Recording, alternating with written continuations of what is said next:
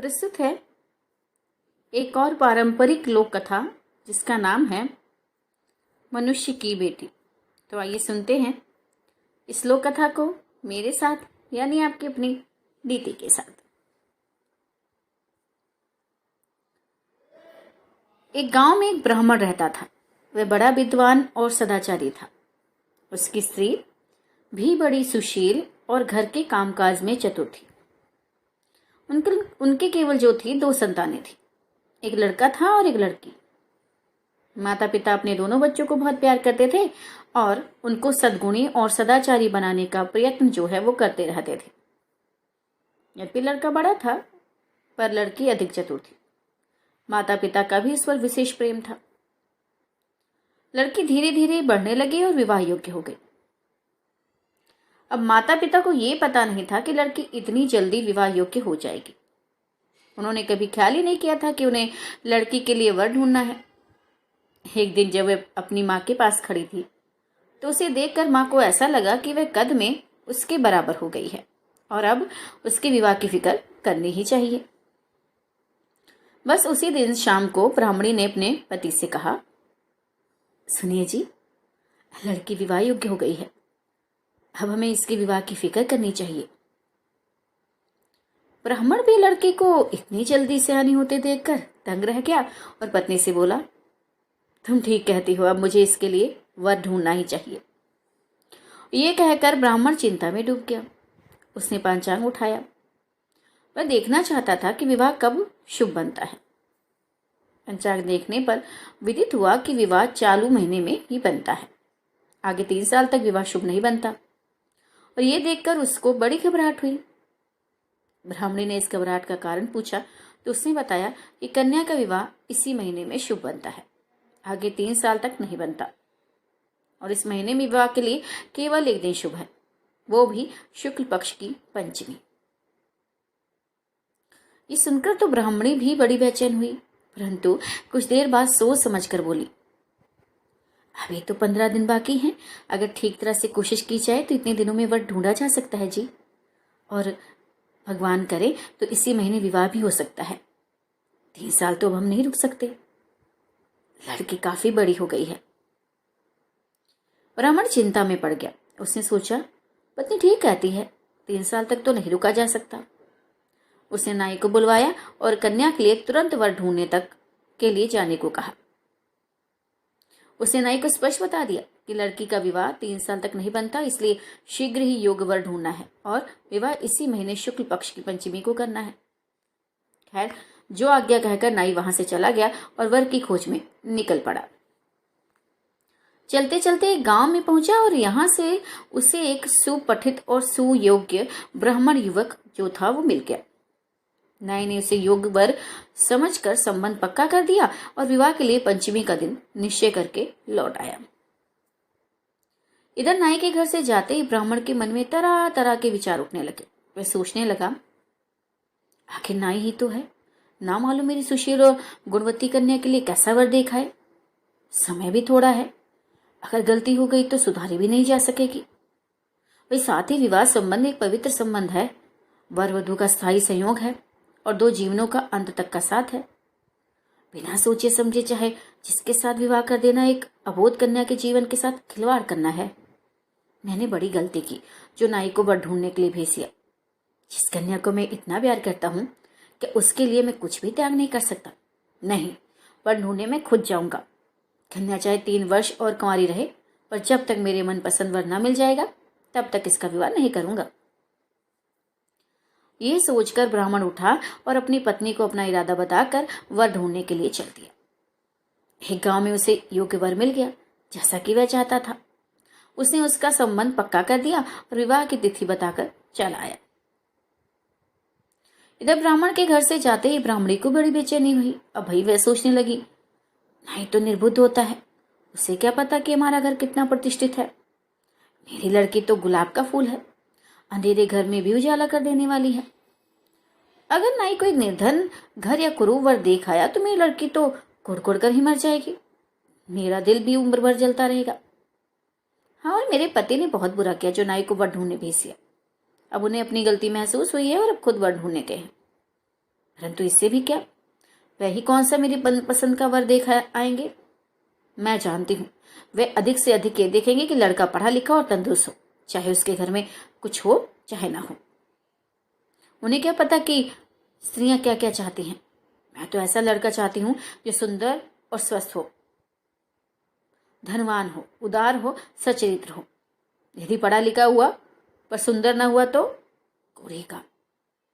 समय बहुत थोड़ा है, जल्दी जल्दी में गलती हो सकती है, इसलिए मैं स्वयं वर ढूंढने जाऊंगी। मेरे पति ने मेरी सब बातें मानी हैं, तो क्या इतनी छोटी सी बात नहीं मानेंगे? मानेंगे क्यों नहीं? जबरदस्ती बनाऊंगी। क्या लड़की पर मेरा कुछ भी अधिकार नहीं है? नहीं, मैं नाई की नहीं मानूंगी और न पतिदेव की। भाई मेरे बेटी के जीवन भर का सवाल है। ये सोचकर ब्राह्मणी ने अपने लड़के को अपने पास बुलाया और उसे सब हाल बताकर वो भी ढूंढने के लिए निकल गई। वर की खोज में वह एक गांव में पहुंची। वह जैसा घर चाहती थी वैसा उसे मिल गया। संबंध पक्का करके विवाह की तिथि निश्चित करके वे अपने घर जो है वापस आ गए। वही इधर उसके घर से जाते ही लड़की का भाई सोचने लगा कि नाई तो अपनी ड्यूटी पूरी कर देगा, उसे वर ढूंढने के लिए कहा गया है, वह वर ढूंढ देगा, फिर चाहे वह कैसा ही हो। वर ढूंढने के बाद उसका कर्तव्य समाप्त हो जाता है, बाद में भुगतना तो हम ही को पड़ेगा। माता पिता के ऊपर कुछ जिम्मेवारी जरूर है पर अधिक नहीं। वे तो अपने मन का वर ढूंढेंगे। पिताजी ये देखेंगे कि लड़का पढ़ा लिखा हो, माताजी ये देखेंगे कि लड़का सुंदर हो, धनवान हो, पर इतने से तो काम नहीं चलता। माता पिता तो बहन का विवाह करके स्वर्ग सिधार जाएंगे। भनोई साहब और उनके परिवार वालों से बाद में भुगतान तो मुझे ही पड़ेगा। मैं चाहता हूँ कि मेरी बहन के लिए जो वर देखा जाए वह स्वभाव का अच्छा हो, मिलनसार हो और उसके परिवार वाले सभ्य और शिष्ट हों, जिससे मेरी बहन को ससुराल में जाकर कोई दुख ना हो और उसकी वजह से मुझे भी कोई दुख ना हो। लड़का पढ़ा लिखा भी हुआ हो, सुंदर भी हो, धनवान भी हो, पर सब शिष्ट ना हुआ तो घर में सदा कलेश रखेगा और बहन का जीवन दुभर हो जाएगा। इसलिए मैं अपना मनपसंद वर ढूंढूंगा। माता पिता नाराज हो तो भले हो जाएं, उन्हें कितने दिन इस संसार में रहना है। क्या था फिर, ये सोचकर वह भी उठा और घर के नौकर के सुपुत्र जो घर था वो किया और वो भी वर जो है ढूंढने चला गया। एक गांव में उसे भी उसकी पसंद का जो है वह वर मिल गया और वह उसका संबंध पक्का करके विवाह की तिथि निश्चित करके घर लौटा। नाई, ब्राह्मणी और लड़का चारों एक ही दिन घर पहुंचे। आपस में बातचीत करने के बाद मालूम हुआ कि चारों चार गांव में 4 वर तलाश कर आए हैं और सबको विवाह की एक ही तिथि शुक्ल पंचमी बताए हैं। ये बात प्रकट होने पर ब्राह्मण जो था को बड़ी चिंता हुई और उसने तुरंत नाई को आज्ञा दी कि वह तीनों गांव में जाकर संबंध रद्द कराए। केवल वही संबंध पक्का किया जाए जिसे बाप ने पक्का किया है। नाई बड़े पशुपेश में पड़ा। वह हाँ करके ना करना ठीक नहीं समझता था। अब यदि नाई आज एक संबंध पक्का कर दे और कल उसे रद्द कर दे तो समाज में उसकी साखी क्या रहेगी। इसीलिए वह अपने पक्के किए हुए संबंध को रद्द करना ही नहीं चाहता था। वह उन 3 संबंधों को रद्द करने गया जो ब्राह्मण, ब्राह्मणी और उनके लड़के ने पक्के किए थे। उसने तीनों स्थानों पर जाकर ब्राह्मण का संदेश सुना दिया, परंतु जो था बिदकाने वाला समझकर किसी ने उसकी बात नहीं मानी और विवाह की तैयारी करते रहे। उन्होंने सोचा संबंध को वही रद्द कर सकता है जिसने पक्का किया है। यदि कोई लड़की वाले या विरोधी का विरोधी मालूम पड़ता है। शुक्ल पक्ष की पश्चिमी आई। ब्राह्मण ने विवाह की जो है तैयारी कर रखी थी, परंतु जब शाम को 4 बारातें दरवाजे पर देखी तो घबरा गया। सोचने लगा नाई ने मना करवा दिया था, फिर भी ये लोग कैसे आ गए। एक लड़की और 4 वर, मेरा कैसा दुर्भाग्य है। पर मुझे अब मरने के लिए भी नहीं मिलेगा। क्या करूं, कैसे करूं, इस बदनामी के कलंक से मैं कैसे बचूं। आत्महत्या ही सही है। उसने बदनामी के कलंक से बचने के लिए आत्महत्या करना ही सबसे अच्छा उपाय समझा। धीरे से उठा और गांव के बाहर एक कुएं में कूद कर प्राण देने के विचार से चल दिया। जब वह कुएं पर पहुंचा तो अचानक एक सन्यासी उधर आ निकला। सन्यासी ने उससे पूछा कि तू इस निर्जन जंगल में इस कुएं पर अकेला बैठा क्या कर रहा है। ब्राह्मण ने सन्यासी से सारा हाल कहा। सन्यासी ने कहा, देख भाई, आत्महत्या करने से कोई लाभ नहीं, तू मेरे साथ चल, मैं तेरी समस्या का हल कर दूंगा। ब्राह्मण सन्यासी के साथ हो लिया। रास्ते में एक कुतिया मिली जिसने अभी अभी 3 पिल्लियों को जन्म दिया था। सन्यासी ने एक पिलिया की ओर इशारा करते हुए ब्राह्मण से कहा, इसे उठा लो। ब्राह्मण ने पिलिया को उठाकर झोली में डाल लिया। आगे चलकर दोनों क्या देखते हैं कि एक स्वरिया अभी अभी ब्याही है और उसने एक बच्ची ब्याई है और उसने एक बच्ची डाली है।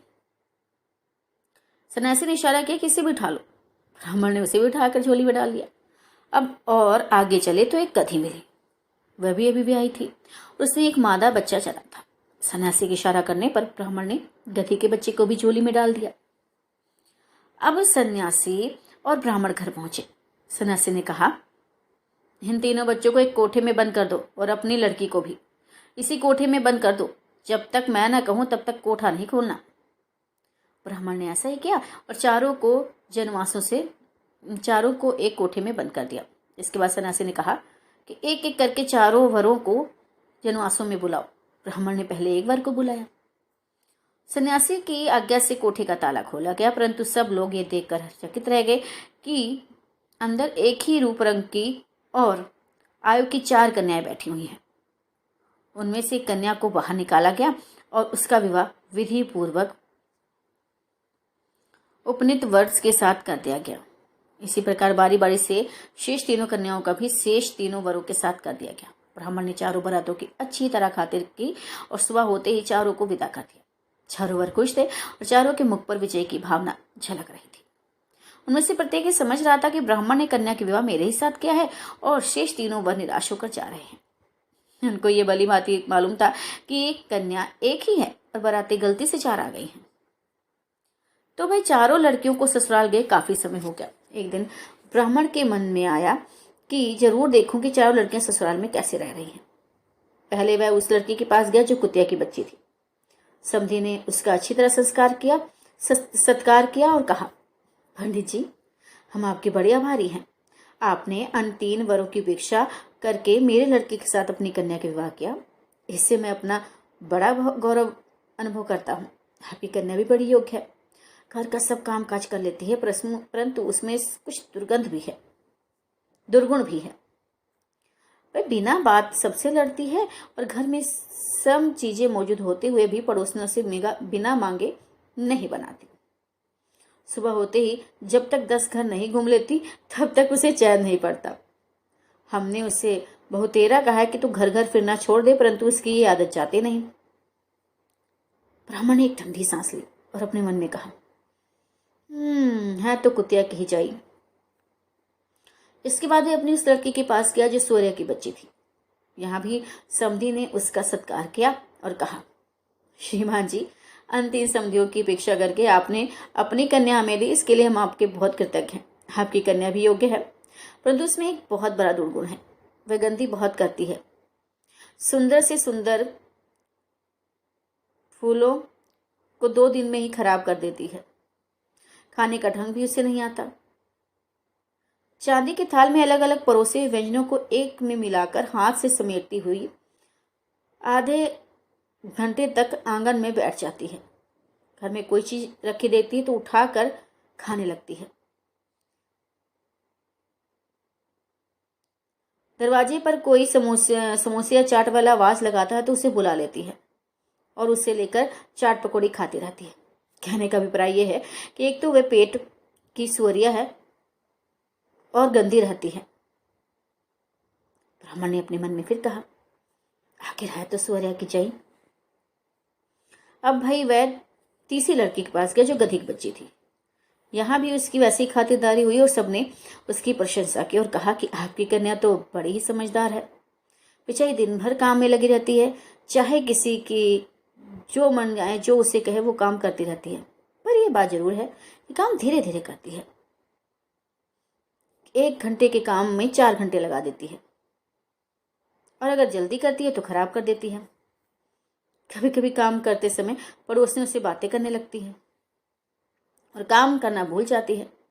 आलसी इतनी है कि भोजन पकाते पकाते सो जाती है। डांट फटकार कर उस पर कोई असर ही नहीं। बुद्धि तो जैसे परमात्मा ने दी ही नहीं।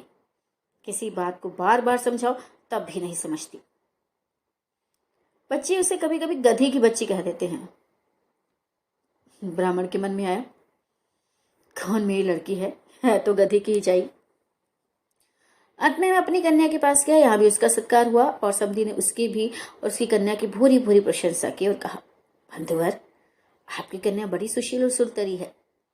जिस दिन से हमारे घर आई है, हमारे घर का दरिद्र दूर हो गया है। वो प्रातःकाल सबसे पहले उठती है, सारे घर की सफाई करती है, नित्य स्नान करके पूजा पाठ करती है, खाली समय से रामायण और भागवत पढ़ती है। खेल तमाशे उसे अच्छे नहीं लगते, मेला देखने आज तक नहीं गई। सबको बड़े प्रेम से भोजन खिलाती है, सास ससुर पति और अन्य गुरुजनों की सेवा करके प्रसन्न होती है। उसका व्यवहार और बोलचाल का ढंग बहुत अच्छा है। घर के और बाहर के सभी उससे प्रसन्न रहते हैं। घर की सब चीजें की सार सलब रखती है, कोई फिजूल खर्च नहीं होने देती और जिस चीज की जरूरत होती है उसी को मंगाती है। बेकार चीजों को जमा करके नहीं रखती। अपने लिए आज तक एक भी साड़ी लाने को भी नहीं कहा। जब हम खरीद कर लाते हैं तो कहती है, अभी इसकी क्या जरूरत थी।